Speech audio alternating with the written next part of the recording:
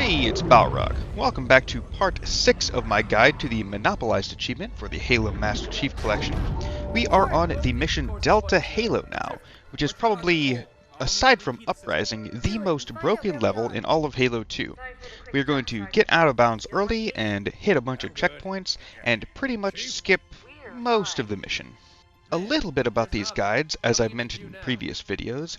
These aren't necessarily supposed to be straight speedrun guides, although I do use a lot of speedrun tactics in the guides.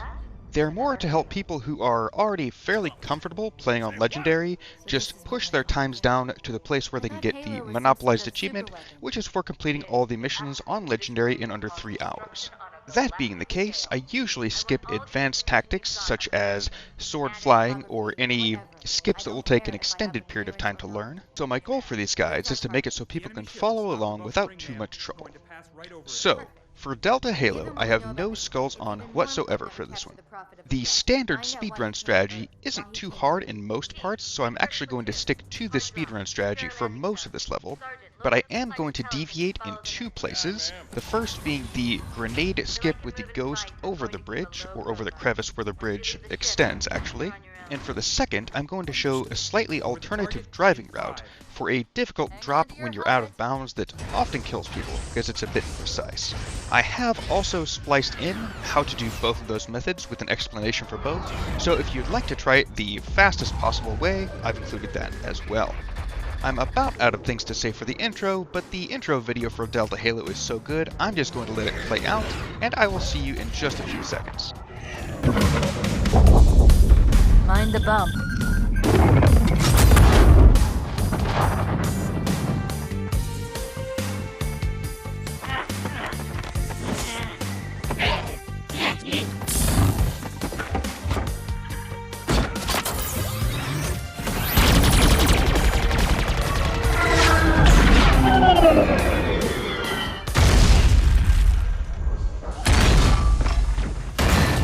Could we possibly make any more noise?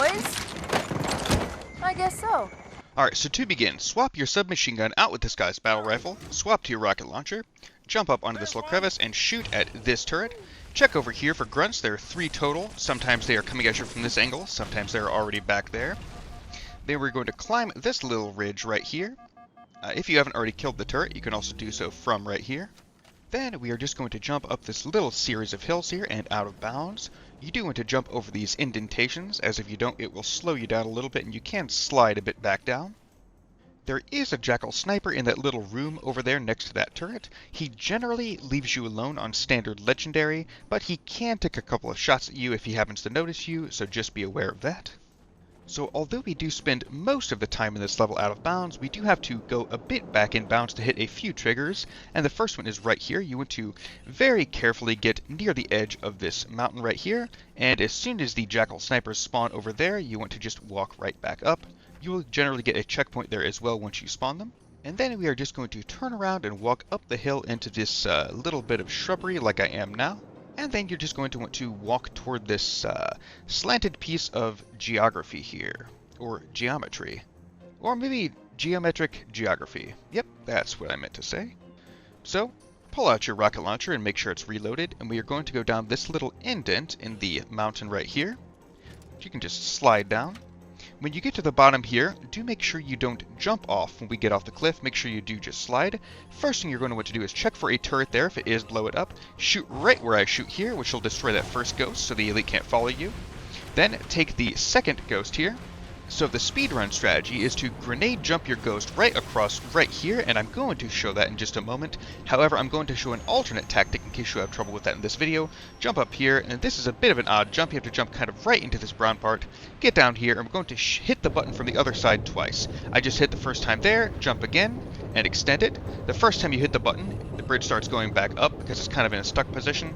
The second time you hit it, it starts going down again. This saves you from having to go into that room and fight all those guys, and it takes about 20 seconds more than doing the grenade jump does, but if you have trouble with the grenade jump, it's a great strategy to use. You want to hit the jump button to raise the nose of your ghost a little bit and go across the bridge, and continue on to the right from here. And now I'm actually going to cut to a different video where I showcase exactly how to do the grenade skip here. you'll want to position yourself roughly where I am right here. There is a little bit of leeway. When the ghost is on, the left wing will be right about even with this crack here, and the right wing will be sticking a little bit over the edge there. The big thing is you want to line up your ghost crosshairs to be on the left side of that beam right there. If you go too far left here, you might not quite make it. I like to line up right with the left side of this beam while you're facing it. The important thing is where you throw the grenade here. You want to throw it right around here, right around this gray part. You also want to get around to the rear side of the ghost here and make sure the text hit the button to enter the ghost is available, because you want to throw the grenade, immediately get into the ghost and start boosting, and that should give you the air you need to get across that gap. And just for fun, here's what happens if you try to do it with Sputnik on.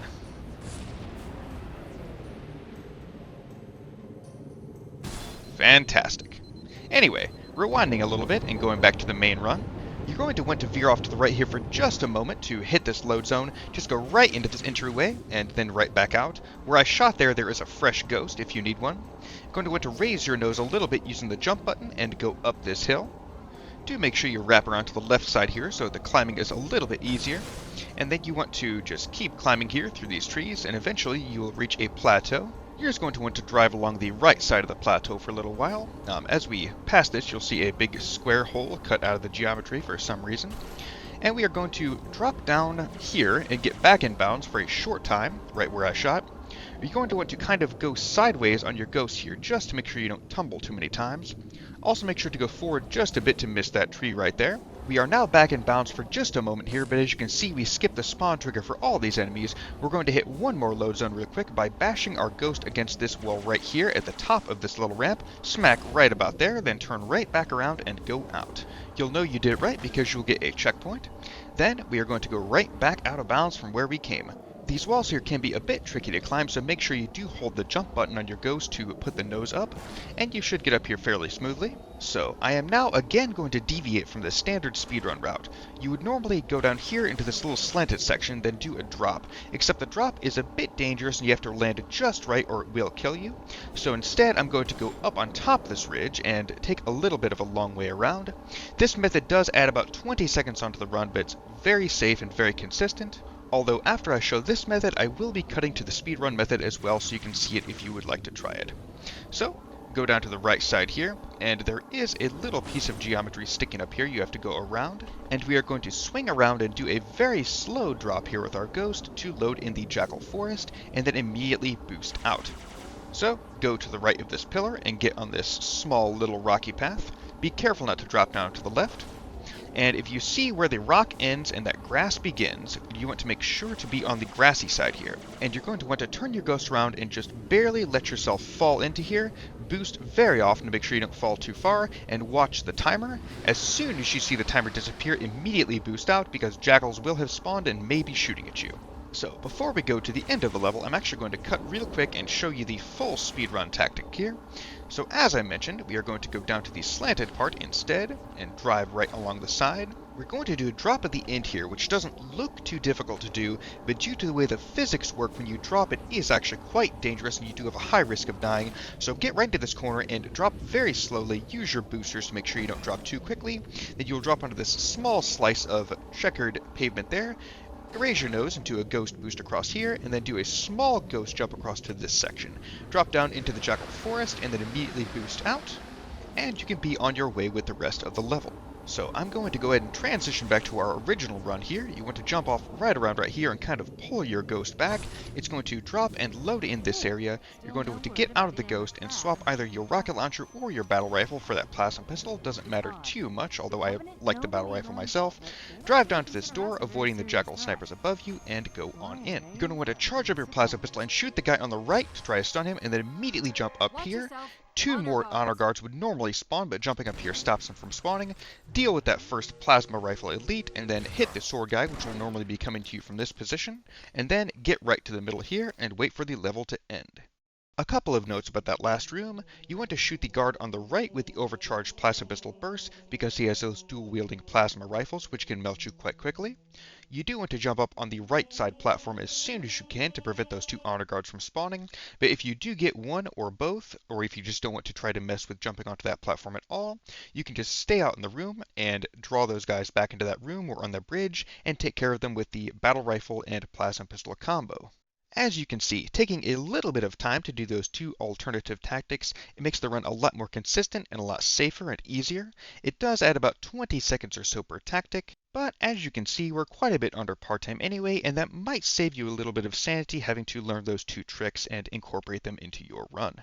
Either way, I really hope you found this video helpful. Thank you very much for watching, and I will see you on the next one for Regret.